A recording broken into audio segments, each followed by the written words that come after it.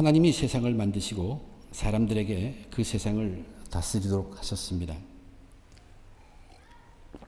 그런데 사람들은 물로 대심판을 당하고서도 여전히 세상을 만드시고 사람을 지으신 그 하나님의 뜻에서 자꾸 벗어나기만 하였습니다. 급기야 하나님께서는 자기 아들을 하늘에서 이 땅으로 보내셨습니다. 하나님이 세상을 이처럼 사랑하사 독생자를 주셨으니 이는 그를 믿는 자마다 멸망하지 않고 영생을 얻게 하려 하심입니다. 이것은 지어낸 이야기가 아닙니다. 실제 일어난 일입니다. 하나님의 독생자, 그분이 예수님이시고 오늘 또 우리가 주일마다 대하고 있는 이 마태복음서는 그때 그 예수님의 일을 기록한 기록입니다. 그렇게 오신 예수님이 이 세상에서 팔복을 선포하시고 자기를 따르는 제자들을 명하사 천국 복음을 전파하도록 하셨습니다. 오늘 우리가 읽은 이 부분은 예수님이 제자들에게 천국 복음 전파의 사명을 맡기시면서 명령하신 말씀의 마지막 부분입니다. 오늘 본문의 그 첫 마디에서도 드러나듯이 예수님은 하늘에서부터 이 땅에 오셔서 이 세상 사람들에게 주시고자 하는 것이 분명히 있었음을 알 수 있습니다. 내가 세상에 화평을 주러 온 줄로 생각하지 말라. 화평이 아니요 검을 주러 왔노라. 분명히 하늘에서 오셔서 세상에 주시고자 하는 것이 있다는 말씀입니다. 이것은 주님만이 주실 수 있는 것, 하늘의 것을 주시겠다는 이야기입니다. 하늘에서 땅으로 가져오신 것이 있습니다. 물론 예수님에게 더없이 중요한 것은 사람들의 영혼을 하나님 앞으로 인도하는 영혼 구원입니다. 죄로 인해 죽을 수밖에 없는 영혼들을 구원하시기 위해서 주님께서 하늘에서 땅으로 가져온 것이 무엇인가 함께 살펴보며 은혜 나누고자 합니다. 예수님은 하늘에서 땅으로 오시면서 하늘의 화평이라는 것을 주시기 위해서 오셨습니다. 그런데 전혀 그렇지 않은 것처럼 말씀하십니다. 내가 세상에 화평을 주러 온 줄로 생각하지 말라. 화평이 아니요 검을 주러 왔노라. 내가 온 것은 사람이 그 아버지와 딸이 어머니와 며느리가 시어머니와 불화하게 하려 함이니 사람의 원수가 자기 집안 식구리라. 단편적으로 보면 이러한 경우를 생각나게 합니다. 많은 사람들이 그 이야기를 하죠. 믿지 않는 집에 믿음의 며느리가 들어오면 그것 때문에 인해서 갈등이 집안에 생깁니다. 그래서 화평이 깨지는 그런 경우. 그러니까 복음이 전파된다고 해서 그저 평안함만이 있는 것은 아니라는 얘기죠. 복음이 전파되기 위해서는 거기에 갈등도 있고 불화도 생기게 되며 갈라서게 되는 것도 감수해야 한다고 말합니다. 이런 갈등, 불화, 갈라섬, 이것이 바로 이 검을 주러 왔노라 하는 그 검의 효과로 해석을 합니다. 누가복음에 이 검 대신에 거기를 분쟁이라고 얘기했어요. 그러나 우리는 지금 마태복음을 계속 공부해 오면서 이 본문을 대했습니다. 그럼 이 검이 무엇인가를 다시 생각해 볼 수 있게 됩니다. 그 전에 먼저 생각해 볼 것은 아들과 아버지 사이에, 딸과 엄마 사이에, 며느리와 시어머니 사이의 불화가 과연 복음 때문에 생기는 것인가? 진정 믿지 않는 집에 믿음의 며느리가 왔을 때 그 복음 때문에 불화가 생기는가 하는 것을 생각해 볼 필요가 있어요. 그렇지 않습니다. 온 가족이 다 예수 믿는데 예수 믿는 가정에 예수 믿는 며느리가 와도 불화는 있을 수 있고 또 예수 믿지 않는 집안에도 꼭 복음 때문이 아니라 그들 안에 가족 간의 원수가 되어 있는 집안들이 흔히 있습니다. 안타까운 일이지만 요즘은 자식과 부모 사이에 서로를 해치는 경우도 많이 일어나고 있습니다. 믿는 것과 믿지 않는 것, 복음과는 전혀 상관없이 이 불화는 있다는 얘기입니다. 그러면 예수님은 무슨 말씀을 하고 계십니까? 왜 가정을 이야기하셨을까? 가정이라는 것은 이 땅에서 가장 화평한 관계로 하나님이 세워주신 곳입니다. 공동체예요. 그래서 우리는 가정을 이 땅의 천국이라고 말하죠. 근데 이 말씀을 하시면서 예수님이 저와 여러분 우리들에게 이렇게 묻는 것 같아요. 그래, 너희들의 가정은 화평하냐? 정말로 화평하냐? 너희 집안은 며느리와 시어머니가 정말로 화평하냐? 너희 가족들 사이에 원수가 없다면 정말로 다행이구나. 이제 이 말씀을 들으면서 우리들 중에는 뭐 그런 대로 지낼만 합니다 하고 계실 분이 계실지 모릅니다. 근데 예수님께서는 명확하게 말씀하고 계신 것이 있어요. 예수님이 지금 무슨 말씀을 하고 있냐면, 내가 하늘에서 이 땅에 온 것은 바로 그런 평화를, 그러한 화평을 이 땅에 주려고 하늘에서 온 것이 아니다라고 선포하고 있는 것입니다. 그러한 화평이 아니라 하늘의 진정한 화평을 너희들에게 주기 위해서 나는 검을 너희에게 주노라. 검을 주기 위해서 왔다는 얘기입니다. 그러면 우리에게 진정한 화평을 주기 위해서 주시는 검이라는 것이 무엇이냐를 다시 생각해 보아야 합니다. 바로 이 검이 저와 여러분 우리들이 팔복의 세계를 계속 공부하면서 온 놀라운 능력의 하나님의 말씀입니다. 다시 말하면 하나님의 말씀과 성령입니다. 이 둘이 함께 할 때 큰 일들이 벌어진다는 것을 우리 계속 강조해 왔습니다. 죄로 인해서 심령이 가난해지고 애통하고 온유한 거기에 줄이고 목마른데 배부르게 채워주는 그 영의 양식, 또 영생의 생수, 하나님의 말씀과 성령. 사도 바울이 에베소서에서 바로 그 검에 대한 얘기를 했어요. 믿음의 전신갑주를 얘기하면서 이렇게 얘기합니다. 성령의 검, 곧 하나님의 말씀을 가지라. 하나님의 말씀인데 성령이 함께해서 놀라운 능력이 있는 그러한 칼, 검. 히브리서에서도 하나님의 말씀을 설명하는데 검에다 비유하고 있습니다. 하나님의 말씀은 살아있고 활력이 있어서 좌우에 날선 어떤 검보다도 예리하다. 바로 말씀이 살아 움직여서 성령과 함께해서 놀라운 힘을 내는 검으로 비유하고 있고, 더더욱이 요한계시록을 보면 다시 오시는 그리스도, 심판의 주 그리스도, 그분의 입에서는 검이 나온다고 얘기하고 있습니다. 그분의 입에서 나오는 거 하나님의 말씀이죠. 근데 그게 검이라는 것이에요. 성령이 함께한 능력의 말씀이라는 얘기예요. 좌우에 날선 검을 가지신 이가 말씀하시되 그의 입에서 좌우에서 날선 검이 나오고 내 입의 검으로 그들과 싸우리라. 내 입에서 나오는 검이라고 계속 말씀해요. 말씀과 성령이에요. 그 입에서 예리한 검이 나오니 입으로부터 나오는 검의 죽음에, 이 검이라는 것은 바로 하나님의 말씀과 그것이 능력으로 역사하게 하는 성령이 함께하는 것. 하나님께서 주님께서 이 땅에 하늘에부터 이 땅에 오셔서 화평을 주시기 위해서 검을 주신다고 얘기합니다. 하나님의 그 말씀과 성령이 결국 무엇을 위해서 주어졌습니까? 그것은 죄의 문제를 해결하시기 위해서 주어진 것입니다. 우리 인간은 자신의 능력으로는 도저히 이 죄 문제만은 해결할 수가 없습니다. 그렇지만 죄인이지만 하나님의 말씀과 성령의 인도하심과 도우심에 전적으로 의지해서 살아갈 따름입니다. 그렇게 살아갈 때에야, 이제 그 죄 문제를 그렇게라도 해결받고 있는 때에야 하나님과의 화평은 이러한 죄 문제의 해결을 통해서 화평이 이루어지게 됩니다. 그뿐만 아니라 사람들 사이에도 죄로 인한 여러 문제들을 오직 하나님 말씀과 성령에 따라 맡기고 살아갈 때 진정한 화평의 관계가 이루어진다는 것입니다. 오늘날 믿지 않는 가정들뿐만 아니라 또 믿는다고 하는 그 가정들 속에서도 진짜 화평을 이루기 위해서 가장 수고하고 애쓰는 방법이 무엇입니까? 그냥 넘어가는 거예요. 그냥 넘어갑니다. 모른 채 하는 것이, 그리고 잊어버리고 싶어 하는 것이. 서로 자존심 건드리지 않으려고 노력합니다. 또 어떤 때는 우리 가족의 자존심 지키느라고 속은 골병이 들어서 썩어져 가는데도 겉으로 아무 일 없는다는 듯이 화평을 가장하고 있는 것이 혹 저와 여러분 우리들의 모습은 아닌가요? 주님께서 오늘 저와 여러분 우리들에게 바로 깨뜨리고자 하는 것이 바로 그 모습입니다. 가족의 부끄러운 비밀을 공개하는 것이 좋다는 뜻은 결코 아닙니다. 우리들은 우리의 능력으로는 화평을 이룰 수 없다는 것을 알아야 합니다.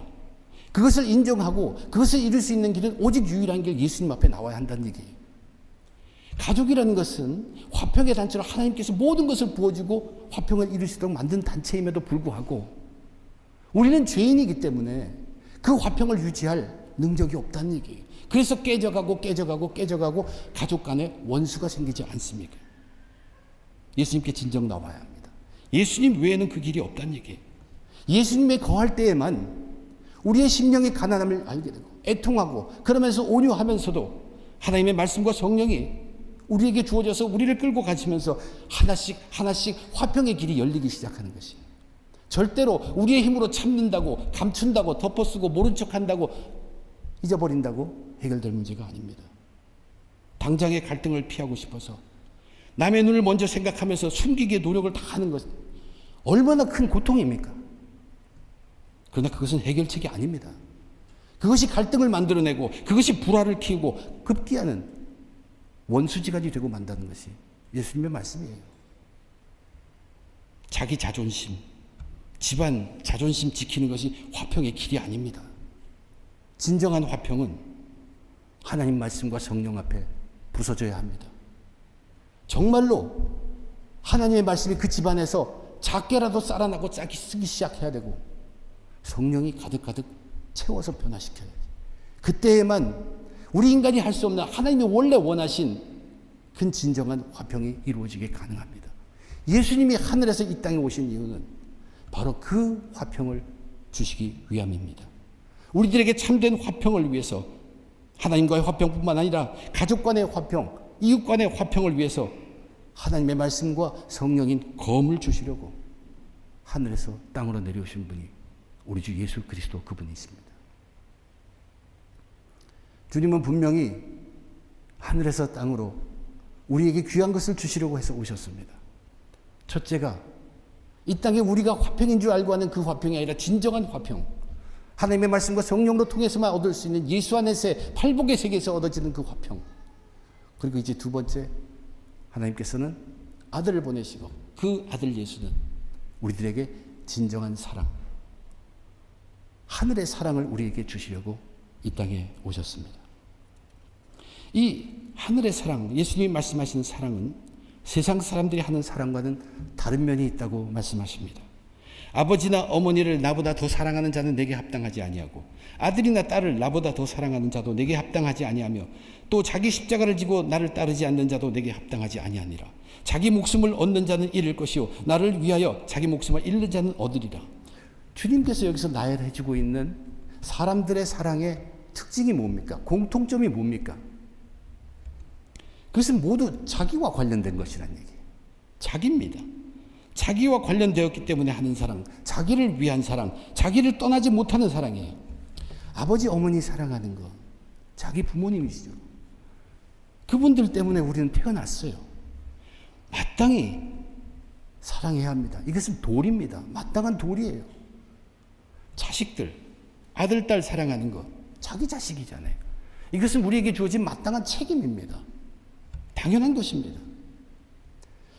자기 십자가를 지고 예수님을 따르지 않는다는 것, 그것은 자기를 부인하지 않는다는 거예요. 자기 십자가가 무서워서 두려워서 피하는 것, 자기를 부인하지 않는다는 것이에요. 자기에게 집착되어 있다는 얘기입니다. 자기 목숨을 얻는 자라는 것은 자기 목숨 지키는 것이 최우선으로 되어 있는 것을 말합니다. 전부가 자기 중심으로 일한 사랑이라는 얘기입니다. 자기를 벗어나지 못한 사랑입니다. 이러한 사랑을 하는 사람들을 예수님은 자기에게 합당하지 않다고 하셨습니다. 합당하지 않다는 것은 예수님께서 하늘에서 이 땅에 오셔서 주시려고 하는 그 사랑과 다르다는 얘기고, 예수님이 기뻐하시는 하늘의 사랑과는 다르다는, 거기에 못 미치는 그런 의미입니다. 주님은 여기 두 번째 단락에서도 마치 이렇게 말씀하시고 있는 것과 같습니다. 내가 세상에 사랑을 주러 온 줄로 생각하지 말라. 사랑이 아니요, 그 다음에 무엇입니까? 십자가니라. 예수님의 십자가라는 것은 우리 온 인류를 위해서 자기 전체 목숨을 다 버리신 것이에요. 하나님의 아들의 사랑의 십자가입니다. 자기를 위해서 죽으신 것도 아니고, 의인들을 위해서 죽으신 것도 아니고, 죄인들, 다 죽어가는 사람들, 죽을 수밖에 없는 그 사람들을 위해서 자신이 죽기까지 우리 사랑하심을 나타내신 그분의 십자가에서의 사랑입니다. 우리는 그래서 이제는 자기 중심의 사랑 넘어가야 돼요. 자기와 관계된 사랑에만 눈이 빠지는 것이 아니라 나를 건져주신 주님, 그분을 중심으로 사랑해야 함이 마땅한 사람들이란 얘기예요. 그러니까 예수를 사랑함으로 그 안에서 자기 주위에 있는 사랑을, 그 사랑을 펼칠 수 있어야 합니다. 나눌 수 있어야 합니다. 자기 주위의 사람을 사랑하지 말라는 것이 아니에요. 그런데 예수의 사랑으로 사랑할 수 있기를 주님께서, 그 사랑을 위해서 하나님께서 하늘에서 이 땅으로 오셨습니다. 예수님 때문에 이웃도 사랑하는 것이고 예수님 때문에 가족도 사랑한다는 얘기입니다. 그것이 어떤 것이냐면, 그럴 때 어떤 상황이든 누구든 상관없이 우리는 긍휼함과 청결함과 화평함을 노력하고 애쓰게 되어서 세상에 빛이 된다는 얘기입니다. 예수님은 우리에게 이 하늘의 사랑을 가지고 하늘에서 이 땅으로 오셨어요. 우리가 부모를 사랑할 때 예수님을 사랑함으로 부모를 사랑하는 것, 그렇게 하면 우리의 눈의 분별력이 달라집니다. 내가 내 눈으로 보는 그 부모, 도리로서 사는 사랑, 그것만이 아니에요. 예수의 사랑이 들어오기 시작하면 하나님의 세계 속에서의 우리 부모님과 내가 보이기 시작하고, 그전엔 절대 보지 못했던 우리의 부모님을 다시 보게 되고, 그 사랑으로 사랑할 뿐만 아니라 더욱 귀한 것은 예수를 사랑하고 내가 부모를 사랑할 때 하나님의 사랑이 그 부모에게 간다는 얘기입니다. 이것은 자식의 사랑도 마찬가지입니다. 우리는 자식은 자기 욕심대로 정말 어떻게든 내 힘으로 다해서 사랑하고자 합니다. 그러나 그것은 자기가 할 수 있는 그것밖에 사랑하지 못합니다. 더더욱이 안타까운 것은 육신으로 우리가 볼 수 있는 그것만 볼 수밖에 없습니다. 분별력이 다르다는 얘기예요. 그러나 예수 그리스도를 사랑하고 그 예수 그리스도 십자가가 우리 속에 박힌 가운데 이제 나는 죽고 예수 그리스도의 십자가로 내 자식을 사랑하기 시작하면 사람의 눈으로는 보지 못하는 것이 보여지게 됩니다. 그 앞을 보게 되고 그 뒤도 보게 되고 하나님의 큰 나라를 보게 되고 자식을 대하게 됩니다. 더욱이 더 중요한 것은 그러한 사랑으로 무장되어서 우리가 사랑할 때 내가 줄 수 없는 것, 사람으로서는 줄 수 없는 사랑이, 하나님의 사랑이 그에게 간다는 것이에요. 그 다음에 상으로 약속이 됩니다. 자식에게 그런 사랑이 미친다는 것입니다. 예수님을 사랑하기 때문에 내가 이제 나의 십자가를 감당합니다. 왜 사람들이 자기 십자가를 감당하지 않습니까?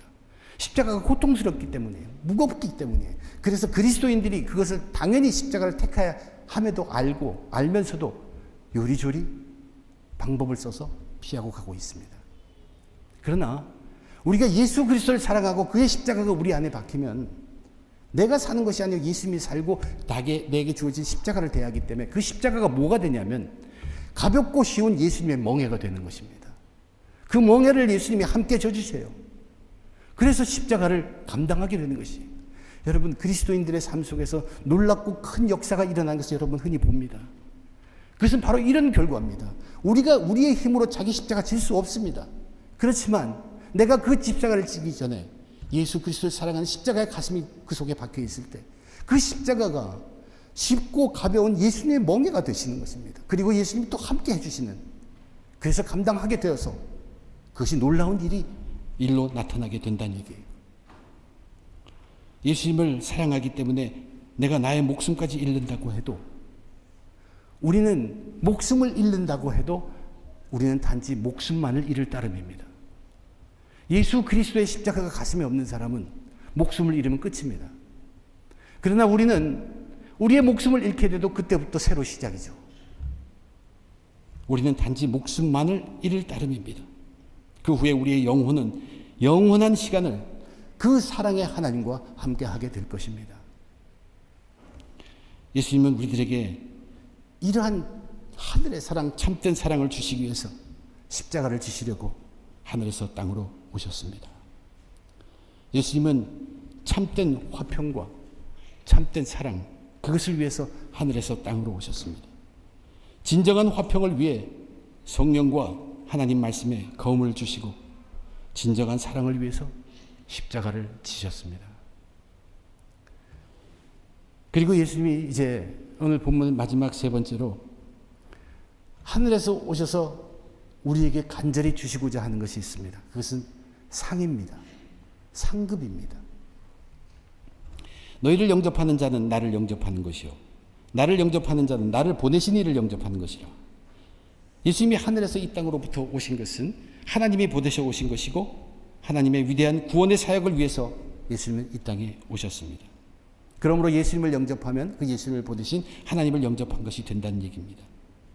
그런데 이제 예수님은 제자들을 또 보내십니다. 그래서 제자들은 하나님이 보내신 예수님에 의해 보내진 자들이 됩니다. 하나님은 위대한 구원의 사역을 예수님께 맡기셨고 예수님은 그것을 또한 제자들에게 맡기셨습니다. 하나님은 어떤 분이십니까? 자기를 찾는 자에게 상 주시는 분이십니다. 우리는 그것을 믿어야 해요. 상 주시는 분이에요. 이렇게 하나님의 구원의 사역, 영혼 구원의 사역, 거기에 조금이라도 동참한 자들에게는 이제 영원한 상급이 주어집니다. 근데 오늘 본문을 보면 특별히 두 가지 상급을 예수님이 강조하고 있음을 알 수 있습니다. 하나는 선지자의 상이요, 또 하나는 의인의 상이라고 기록합니다. 선지자의 이름으로 선지자를 영접하는 자는 선지자의 상을 받을 것이요, 의인의 이름으로 의인을 영접하는 자는 의인의 상을 받을 것이다. 이 두 가지 상급을 아주 중요한 상급으로 취급하면서 말씀하시는데, 그렇다면 선지자의 상이란 무엇일까요? 선지자가 누구입니까? 선지자는 성령의 인도하심에 의해서 하나님의 말씀을 받고 하나님의 말씀을 전하는 사람입니다. 선지자의 상이라는 것은 바로 이 두 가지, 하나님의 말씀과 성령의 상입니다. 바로 평화를 이루는 그 검, 그것이 상으로 주어진다는 얘기입니다. 선지자의 상이란 바로 이 땅에 진정한 화평을 가져오는 검, 죄와 싸워 이기게 하는 검을 얻는 것이 선지자의 상이에요.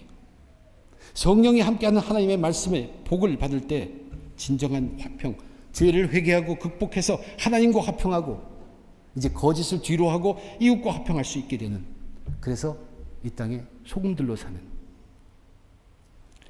의인의 상이란 무엇일까? 의인은 의를 위해서 고난을 받는 사람들입니다. 박해를 받아도 의를 지키는 자들이 의인입니다. 그런 자들에게 주어지는 상이란 이제는 내가 죽고 내 안에 예수가 살게 하는 예수 십자가의 능력, 예수 십자가를 심어주신다는 얘기예요. 그 능력을 상급으로 주신다는 얘기입니다. 예수 십자가의 능력으로 이제는 세상에 드러나게 되죠. 세상은 이리로 가는데 다른 방향으로 가는, 그래서 빛으로 드러나게 되는 진정한 사랑, 자기 때문인 사랑이 아니라 오직 예수 때문인 그 사랑을 나누면서 변해가는 그 사랑의 상입니다. 화평의 상과 사랑의 상이 주어진다는 얘기입니다. 이 두 가지 상급, 선지자 상과 의인의 상은 모두 예수님이 선포하신 팔복의 세계 안에 가득 이루어집니다. 그런데 이제 누가 이 상을 받는다는 얘기입니까? 예수님으로부터 보냄을 받은 그 제자들은 이미 그 안에서 이 상을 받은 자들입니다. 준비된 자들입니다. 선지자의 상과 의인의 상으로 준비된 자들, 그들은 이제 이 땅의 소금으로, 이 세상의 빛으로 팔복의 현장으로 나가는 사역을 감당하는 자들입니다. 그런데 주님은 제자들뿐만 아니라 이제 그 후에 이 말씀들, 이 복음이 천국이 어떻게 진전되고 확장되는가를 마지막 말씀에서 전해주고 있습니다. 누구든지 제자의 이름으로 이 작은 자 중 하나에게 냉수 한 그릇이라도 주는 자는 내가 진실로 너희에게 이르노니 그 사람이 결탄코 상을 잃지 아니하리라 하시니라. 제자의 이름으로라는 것은 예수님으로부터 보냄을 받은 사람으로 인정하고 오라는 뜻이죠. 여기 작은 자 중에 하나는 다른 데서 말씀하신 그 어린 아이, 이런 것을 뜻을 말하는 것이 아니라 비록 연약해 보이지만 그 제자들, 다른 것은 특별하지 않은 것 같지만 말씀을 갖고 있는 자들, 그런 자들, 예수님의 사역을 감당하는 그리스도인들이 있겠습니다. 그래서 예수님은 예수님의 추수 사역에 조금이라도 동참을 하는 사람들은 상급을 결코 잃지 않을 것이라고 약속하고 있습니다. 이것이 무엇입니까?